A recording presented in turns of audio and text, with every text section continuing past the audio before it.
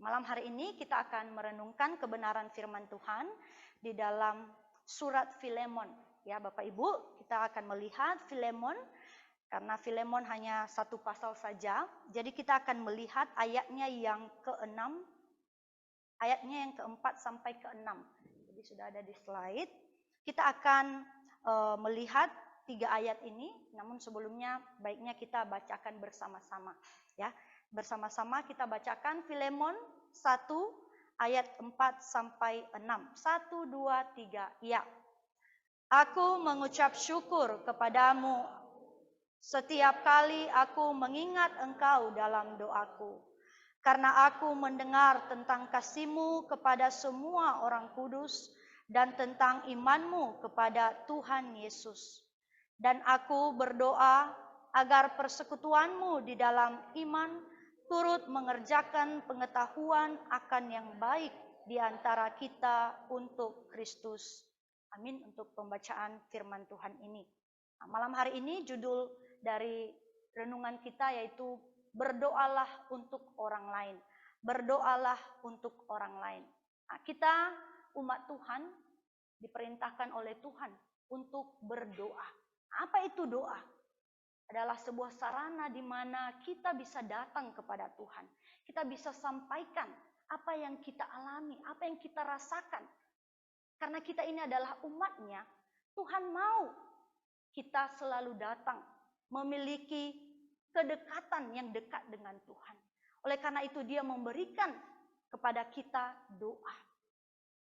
Dan di dalam doa juga kita bisa mendekatkan diri kepada Tuhan, bisa merasakan bahwa Tuhan begitu nyata di dalam kehidupan kita. Dan kita orang-orang Kristen kurang lebih pasti ada berdoa ya setiap hari. Mungkin ada yang berdoa 3 kali sehari, ada mungkin yang lebih, dan ada juga yang hanya sekali. Ya. Tapi kita sebagai anak-anak Tuhan pasti mengerti ya, dan pasti juga melakukan berdoa ya sebagai orang Kristen. Nah, tetapi di malam hari ini kita akan melihat ya Bapak Ibu bahwa ketika kita berdoa, kita sering sekali hanya mengingat tentang diri kita sendiri. Saya juga sering sekali hal yang saya doakan, yang saya sampaikan kepada Tuhan, yaitu hanya tentang hal yang menjadi pergumulan kita sendiri. Hal yang menjadi beban pikiran kita sendiri. Sangat jarang sekali mengingat orang lain. Nah, di dalam firman Tuhan malam hari ini kita diingatkan untuk mengingat orang lain di dalam doa-doa kita juga. Nah, kita akan belajar hal ini dari Rasul Paulus. Ya, Rasul Paulus yang adalah penulis dari surat Filemon ini. Dan dia mengatakan di sini di ayatnya yang keempat,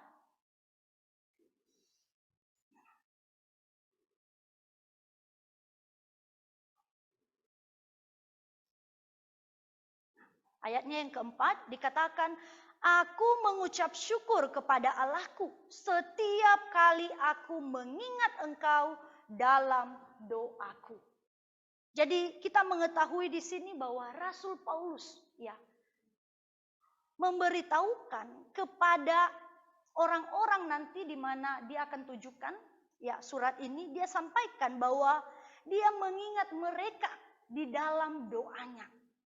Setiap kali dia berdoa, dia mengingat mereka di dalam doanya. Nah, ini adalah Rasul Paulus ya sebagai penulis dari surat ini. Nah, kalau kita lihat di ayatnya yang pertama, dari Paulus seorang hukuman karena Kristus Yesus dan dari Timotius saudara kita kepada Filemon yang kekasih teman sekerja kami. Nah, jadi Rasul Paulus ya memberitahukan kepada orang-orang ini bahwa dia berdoa untuk mereka. Ya. Dari sini juga kita belajar dari Rasul Paulus bahwa kita harus mengingat orang lain di setiap doa kita. Ya. Karena kita sebagai manusia kita hanya memikirkan apa keperluan kita sendiri. Kita lebih fokus kepada diri kita sendiri. Sangat jarang ya kita memikirkan orang lain. Tetapi kita sebagai orang-orang Kristen diingatkan di malam hari ini melalui kesaksian Rasul Paulus bahwa kita juga harus mengingat kebutuhan orang lain, mengingat orang lain di setiap doa-doa kita.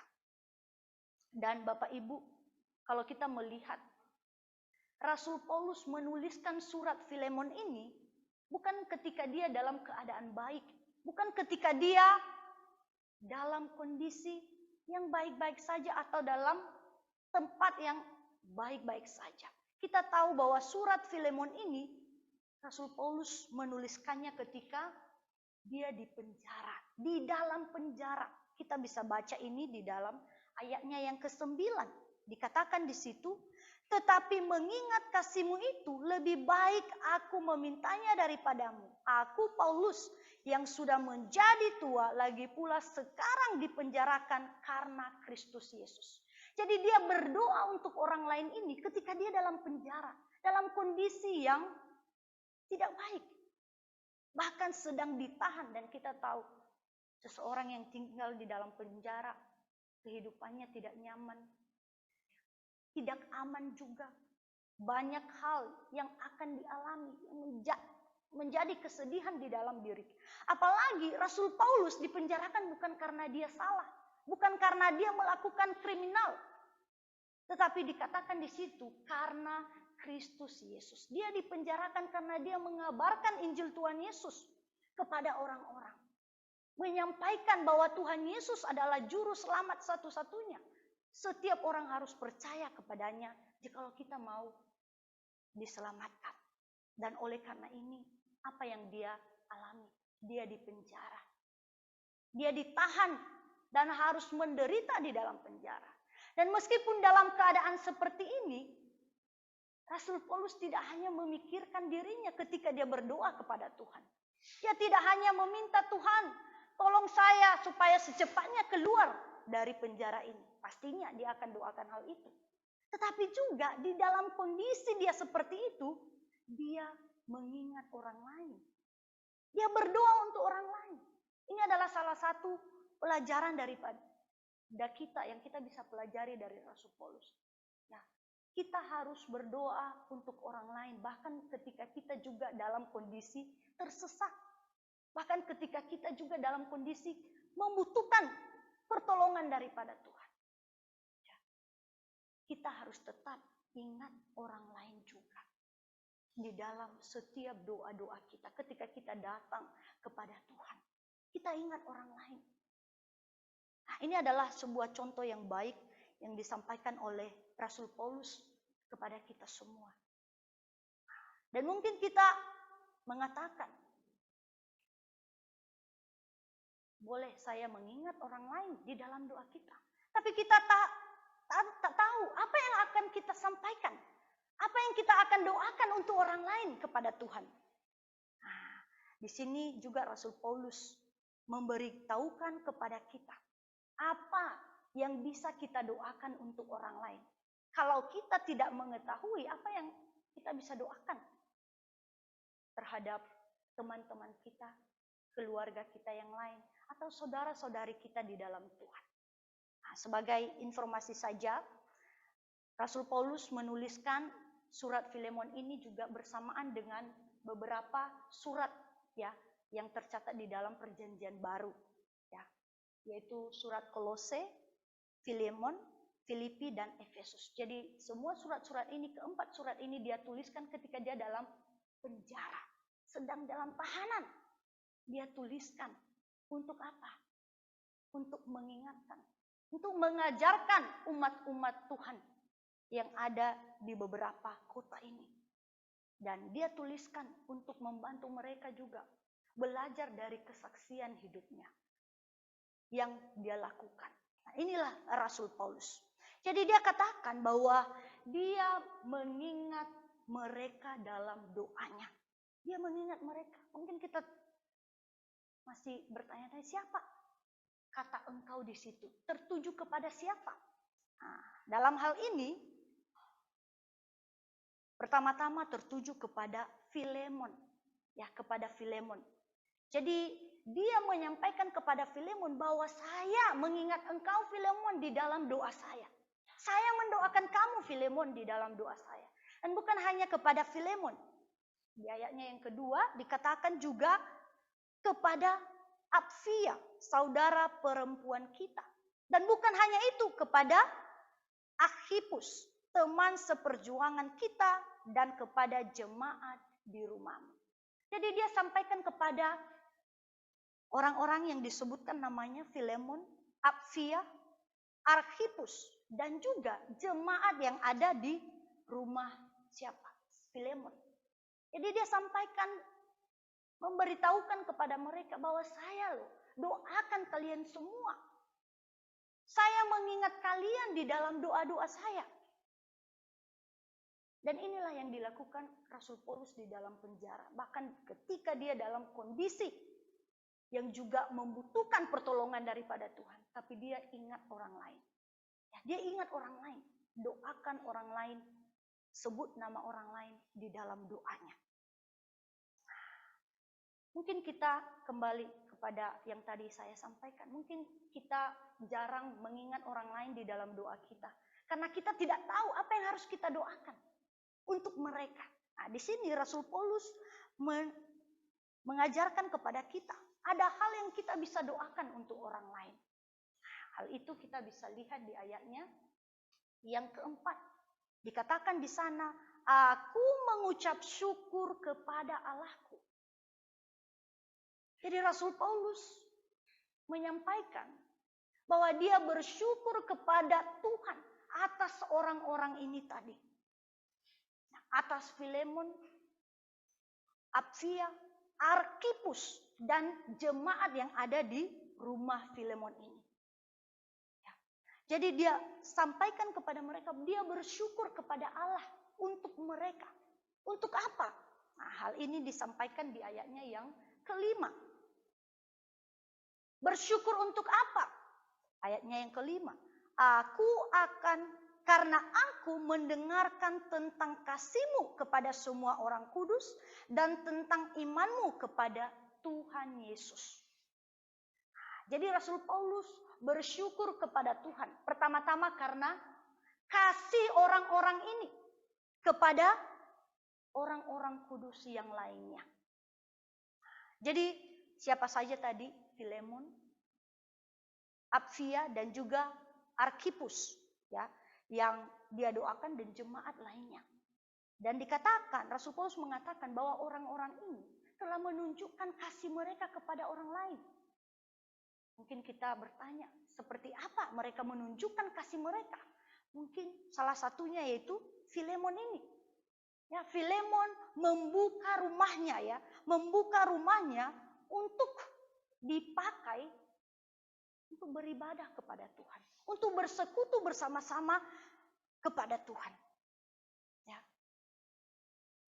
Dan ini salah satu hal yang dilakukan Filemon untuk menunjukkan kasihnya kepada orang kudus lainnya. Kita tahu bahwa di awal-awal gereja didirikan atau dimulai, ya, tidak sangat gampang bagi orang-orang kudus, orang-orang percaya untuk berkumpul, dan bahkan sangat sulit mereka bisa membangun gedung untuk mereka jadikan sebagai tempat ibadah. Oleh karena itu, mereka harus beribadah dari rumah ke rumah. Dan dikatakan Filemon ini membuka rumahnya untuk orang-orang kudus datang beribadah, bersekutu bersama-sama. Dan Rasul Paulus bersyukur untuk hal ini. Bersyukur karena Filemon bersedia menerima orang-orang kudus yang lainnya untuk bersama-sama memuji nama Tuhan, berdoa, dan belajar kebenaran firman Tuhan. Mungkin juga orang-orang ini menunjukkan kasih mereka kepada orang-orang kudus lainnya. Contohnya membantu orang-orang kudus yang kesusahan. Memang tidak dicatat di sini. Tapi kasih mereka kepada orang lain itu bisa dilihat. Ya, kasih kalau tidak diungkapkan dengan perbuatan, maka itu tidak bisa kelihatan. Karena itu dalam hati. Kalau kita hanya mengatakan saya mengasihi orang kudus lainnya, tapi kita tidak mau membantu dia, itu sama saja Hanya kita yang tahu dengan Tuhan. Tapi orang-orang ini, orang-orang Filemon, Archippus, dan juga Apphia, mereka menunjukkan ya melalui perbuatan mereka memberikan sesuatu. Kita tahu pada masa itu tidak gampang bagi seseorang menjadi seorang pengikut Tuhan Yesus. Ya, mereka harus melarikan diri. Mereka harus ya mempertaruhkan nyawa mereka demi iman mereka kepada Tuhan Yesus. Dan banyak dari mereka kesusahan, kehilangan tempat tinggal, kehilangan kebutuhan, kehilangan apa yang mereka seharusnya miliki. Dan bersyukur Rasul Paulus mengatakan di sini, Filemon ini rela menunjukkan kasihnya kepada orang-orang kudus lainnya, membantu mereka mungkin dalam berupa memberikan makanan, memberikan pakaian, atau membantu mereka dalam hal-hal lainnya. Dan inilah yang dilakukan oleh orang-orang kudus ini. Orang-orang yang mencintai Tuhan ini. Dan Rasul Paulus di dalam doanya ingat akan hal ini. Dia bersyukur bahwa ada orang Kristen yang mau menunjukkan kasihnya kepada orang lain. Dia bersyukur. Kita juga, kita bisa bersyukur ketika kita datang berdoa kepada Tuhan. Kita ingat jemaat lainnya. Kita doakan mereka. Kalau kita tidak tahu apa hal yang kita doakan untuk mereka, kita bisa mengucap syukur kepada Tuhan. Karena mereka mengasihi orang lain. Sebut nama mereka. Kalau kita sudah melihat bahwa orang ini telah memberikan atau menunjukkan kasihnya kepada orang lain, kita bisa bersyukur kepada Tuhan akan hal ini. Karena ini adalah sebuah perbuatan yang baik. Sebuah perbuatan yang berkenan kepada Tuhan. Jadi kita bisa bersyukur atas seseorang yang bertindak seperti itu. Dan bukan hanya itu, dikatakan Rasul Paulus juga bersyukur karena Filemon, Apphia, dan Archippus dan jemaat yang ada di rumah Filemon ini beriman kepada Tuhan Yesus. Dikatakan di situ kepada orang-orang kudus dan tentang imanmu kepada Tuhan Yesus. Jadi dia bersyukur atas iman yang mereka miliki kepada Tuhan Yesus. Kita tahu bahwa orang-orang ini, Filemon, Archippus, Apphia, dan semua jemaat yang ada di rumah Filemon adalah orang-orang yang percaya kepada Tuhan Yesus. Orang-orang yang telah menerima Tuhan Yesus sebagai Tuhan dan Juru Selamat hidup mereka sendiri. Dan Rasul Paulus mengucap syukur akan iman ini yang Tuhan berikan kepada setiap orang-orang ini. Dan bukan hanya karena Tuhan memberikan iman kepada mereka. Karena mereka juga mau percaya kepada Tuhan Yesus. Karena tidak gampang, tidak semudah sekarang ini mereka jika mau percaya kepada Tuhan Yesus. Mereka harus mempertaruhkan nyawa mereka. Mereka harus mempertaruhkan hal-hal yang mereka seharusnya bisa miliki. Tapi karena percaya Yesus tidak bisa mereka miliki. Banyak hal yang harus dipertaruhkan. Tapi orang-orang ini merelakan diri mereka untuk percaya kepada Tuhan Yesus. Karena mereka tahu hanya di dalam Tuhan Yesus ada keselamatan. Ada pengampunan dosa. Ada hidup yang kekal. Karena itu mereka mau beriman kepada Tuhan Yesus. Dan Rasul Paulus bersyukur atas hal ini. Bersyukur untuk orang-orang yang mau percaya kepada Tuhan Yesus. Yang mau menerima. Karena begitu bahagia jikalau banyak orang yang datang diselamatkan. Kita tahu bahwa dikatakan jikalau ada satu orang yang percaya, beribu-ribu malaikat di surga akan bersuka cita. Dan Rasul Paulus juga sama, merasakan hal yang sama. Jikalau ada orang-orang yang mau datang percaya kepada Tuhan Yesus, yang mau mengikut Tuhan Yesus, mempertaruhkan bahkan sampai nyawa mereka untuk Tuhan Yesus, untuk beriman kepada Tuhan Yesus. Ya, dia bersyukur untuk hal ini yang telah mereka lakukan kepada Tuhan Yesus. Nah, ini hal juga yang kita bisa doakan untuk orang lain. Ketika kita berdoa, kita harus bersyukur. ini sudah percaya kepada Tuhan Yesus. Terima kasih Tuhan, Engkau telah memberikan keselamatan. Kita sebutkan orang yang datang mau percaya kepada Tuhan Yesus. Contohnya, bulan April kemarin kita sangat bersuka cita. Ada seorang yang mau percaya kepada Tuhan Yesus, saudari Diana. Sudahkah kita mengucap syukur kepada Tuhan akan imannya?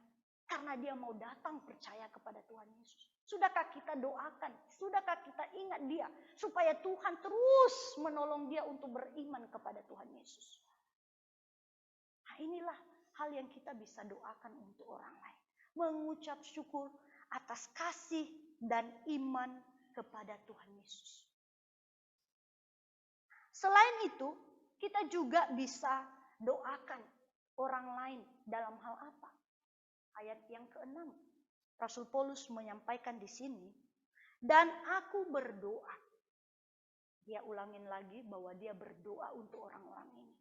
Dia selalu ingat mereka, bahwa mereka sebut nama mereka di hadapan Tuhan.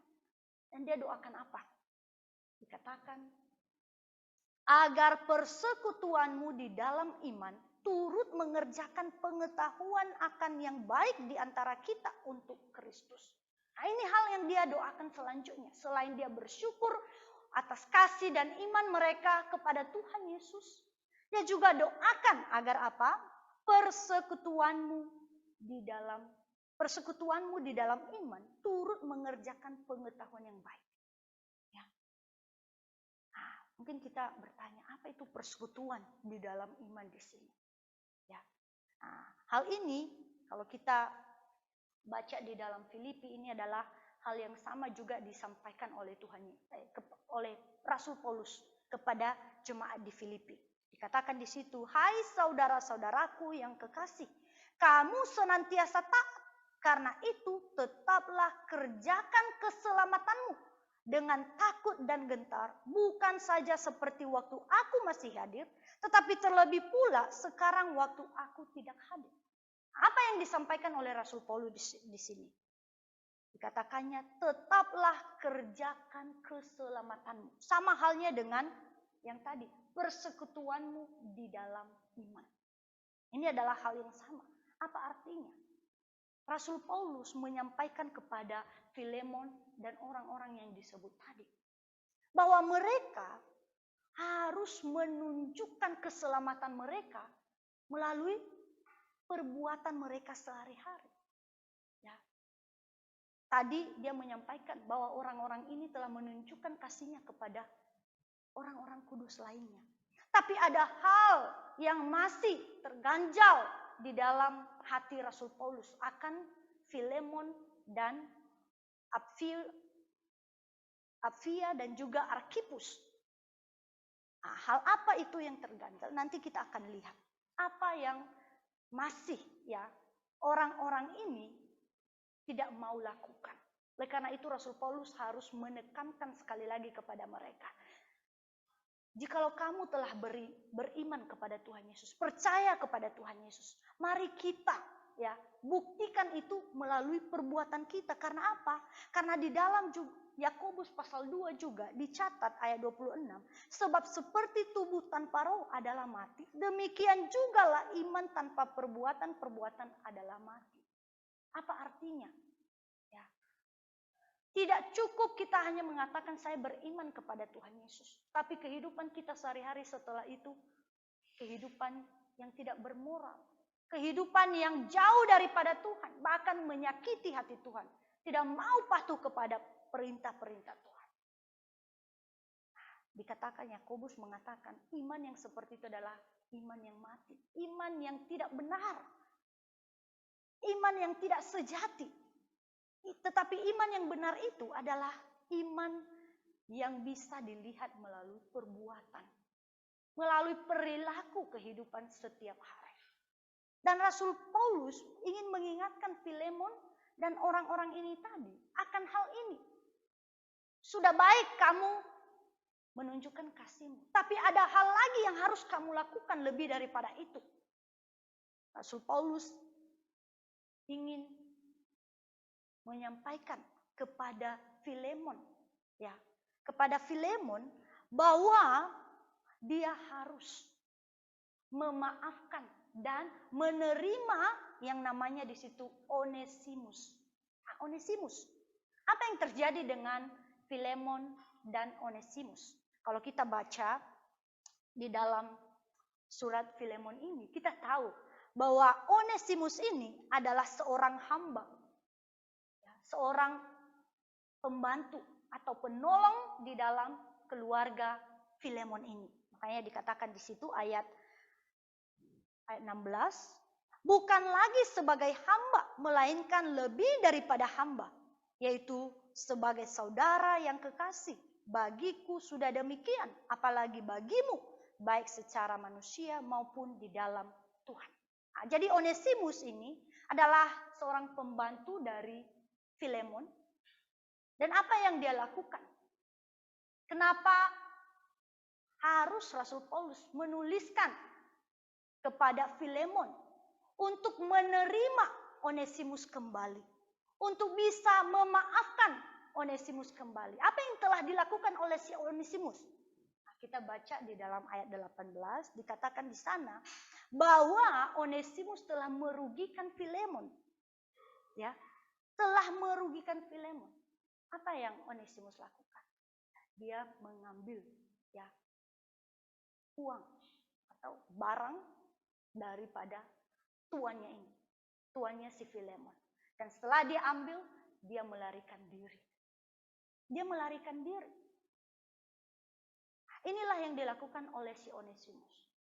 Dengan pimpinan Tuhan, ketika Onesimus keluar dari rumah Filemon ini, Onesimus dengan pimpinan Tuhan bertemu dengan Rasul Paulus.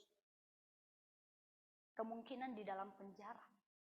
Dan di sana Rasul Paulus menginjili dia, menyampaikan firman Tuhan kepadanya, dan pada akhirnya Onesimus pun menjadi percaya kepada Tuhan Yesus. Menjadi seorang Kristen. Dan sekarang karena dia setelah menjadi seorang Kristen, dan Rasul Paulus telah mengetahui apa yang sudah dia lakukan kepada tuannya Filemon, Rasul Paulus mengirimkan Onesimus kembali kepada tuannya. Kembali bekerja dan meminta maaf kepada tuannya. Dan menyampaikan apa yang diinginkan oleh Rasul Paulus ini kepada Filemon. Jadi ada yang mengatakan kemungkinan surat Filemon ini dibawa oleh Onesimus sendiri kepada Filemon. Ya, yang dituliskan Rasul Paulus di dalam penjara. Hanya pergi sampaikan kepada Filemon bahwa Filemon harus menerima kembali Onesimus. Menerima dia bukan lagi sebagai hamba. Makanya sekali lagi kita baca ayat 16. Bukan lagi sebagai hamba, sebagai pembantu. Melainkan lebih daripada hamba. Yaitu sebagai saudara yang kekasih.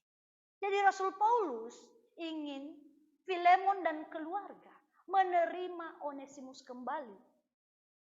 Dan melihatnya sekarang sebagai saudara yang kekasih. Kenapa saudara kekasih?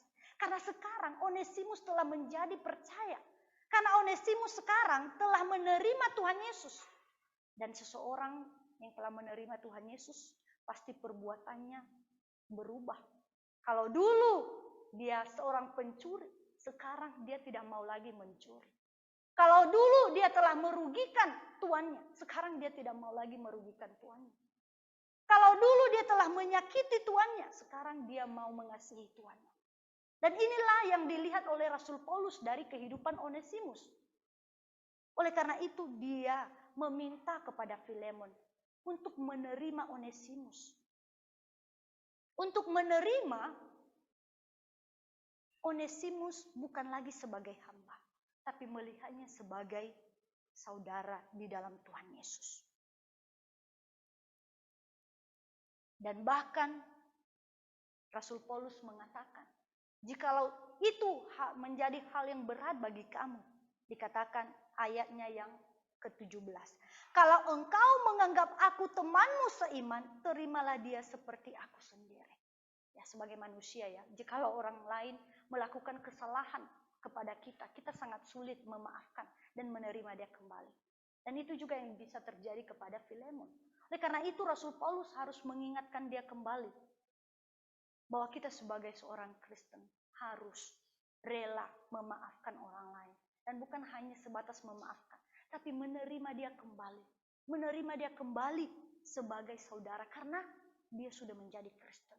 Dia adalah sekarang saudara kita di dalam Tuhan. Keluarga kita. Kita adalah semua keluarga Allah. Dan bahkan Rasul Paulus mengatakan, jikalau itu pun tidak membuat kamu mau menerima dia.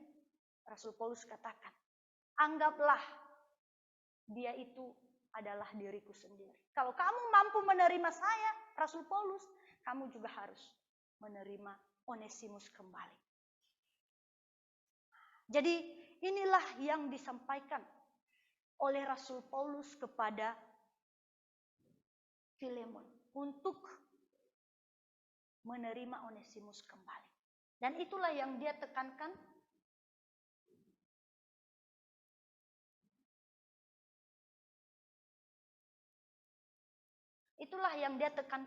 di ayatnya yang ke-6 ini. Dan dia katakan, dan aku berdoa agar persekutuanmu di dalam iman turut mengerjakan pengetahuan akan yang baik di antara kita untuk Kristus. Ini yang menyampaikan, kalau kamu mau menerima Onesimus kembali, terimalah dia di dalam Tuhan Yesus. Karena kita ini adalah keluarga di dalam Kristus harus menunjukkan rasa maaf. Bukan hanya rasa kasih kepada orang lain, tapi juga rasa maaf, mau menerima orang lain yang telah dulu bersalah kepada kita. Sekarang kita terima dia karena dia sudah terbukti berubah dan bertobat dan sekarang mengikut Tuhan Yesus. Jadi dia doakan hal ini supaya Tuhan menolong Onesimus, menolong Filemon dan Apfia dan juga Arkhipus untuk menerima Onesimus kembali. Inilah hal yang dia doakan kepada Tuhan untuk orang-orang ini.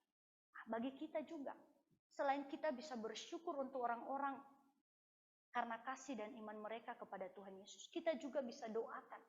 Kita lihat kalau kita mendengarkan orang lain memiliki pergumulan untuk memaafkan orang lain-lainnya, kita bisa doakan. Bawa dia ke dalam doa. Supaya Tuhan menolong dia. Supaya Tuhan menggerakkan hatinya mau memaafkan dan berdamai dengan orang lain. Kita bisa doakan jikalau orang itu telah melakukan kesalahan dan berdosa di hadapan Tuhan dan kita tahu, kita bisa doakan. Supaya Tuhan menolong dia untuk bertobat dan kembali ke jalan yang benar. Banyak hal lainnya yang kita bisa doakan untuk orang lain. Tapi jikalau kita tidak tahu apa lagi yang kita bisa doakan, kita bisa mencontohi apa yang didoakan oleh Rasul Paulus di dalam ayat yang ke-4 sampai ayatnya yang ke-6 di surat Filemon ini. Kita bisa bersyukur kepada Tuhan atas kasih orang Kristen lainnya kepada orang Kristen lainnya. Dan kita bisa bersyukur karena iman yang dimiliki oleh orang lain kepada Tuhan Yesus. Dan bahkan kita bisa doakan apa yang menjadi pergumulan orang ini. Mungkin ada pergumulan dengan orang lain-lainnya. Kita bisa doakan. Doakan. Hanya Tuhan yang bisa menolong setiap kita umatnya bisa berubah menjadi baik dan bahkan lebih baik lagi. Dan itu butuh doa. Jadi Bapak Ibu, mari kita mendoakan satu sama lain. Bahkan kita sering sekali, saya akan mendoakan kamu. Tapi sudahkah kita mendoakan benar-benar teman-teman kita seiman lainnya di dalam Tuhan? Ya, biarlah malam hari ini kita belajar untuk mengingat orang lain di dalam doa kita. Dan kita bersyukur di dalam gereja kita sebenarnya disediakan banyak waktu di mana kita bisa doakan orang lain. Contohnya di persekutuan doa. Jadi sangat bersyukur Bapak Ibu bisa datang ke persekutuan doa setiap hari Selasa. Karena apa? Di persekutuan doa inilah kita bisa mendoakan orang lain. Karena ada pokok-pokok doa nantinya yang akan diberikan. Dan juga mungkin ada Bapak Ibu yang mau bersaksi dan mau minta pokok doa. Nah, dari sinilah kita mau tidak mau harus berdoa. Dan itu hal yang baik untuk membantu kita berdoa untuk orang lain. Dan bukan hanya itu, di PD siang juga. Kita tahu di PD siang, kita bagikan pokok doa ya. 2 orang paling tidak jemaat gereja kita doakan setiap hari. Nah, ini membantu kita untuk mendoakan orang lain. Jadi kalau Bapak Ibu tidak tahu kapan dan apa yang perlu didoakan untuk orang lain, datang saja ke persekutuan doa siang setiap hari. Karena di situ tempat di mana kita bisa belajar mendoakan orang lain. Di sana ada beberapa pokok doa yang akan nantinya diberikan. Ya, kita bisa doakan pada PD siang itu. Dan bahkan kalau kita sudah tahu pokok doa orang ini, kita bisa doakan di lain waktu. Jadi Bapak Ibu, mari kita datang ke persekutuan doa siang, persekutuan doa. Karena ini adalah kesempatan bagi kita yang diberikan oleh Tuhan untuk berdoa bagi orang lain. Jadi Bapak Ibu, mari kita termotivasi, terdorong, dan bahkan mau mendoakan orang lain mulai dari sekarang. Ya, mungkin ada kalanya kita lupa, tapi mari kita ingat kembali. Ketika kita berdoa, jangan hanya berdoa untuk diri kita sendiri, doakan orang lain. Mari kita contohi Rasul Paulus, bahkan ketika dia dalam kondisi sesak, terdesak, kondisi yang membutuhkan pertolongan, dia masih ingat orang lain. Biarlah juga kita tidak hanya mengingat apa yang menjadi keinginan saya, pergumulan saya, pokok doa saya doakan. Biarlah kita juga ingat orang lain. Untuk orang lain juga mendapatkan pertolongan daripada Tuhan.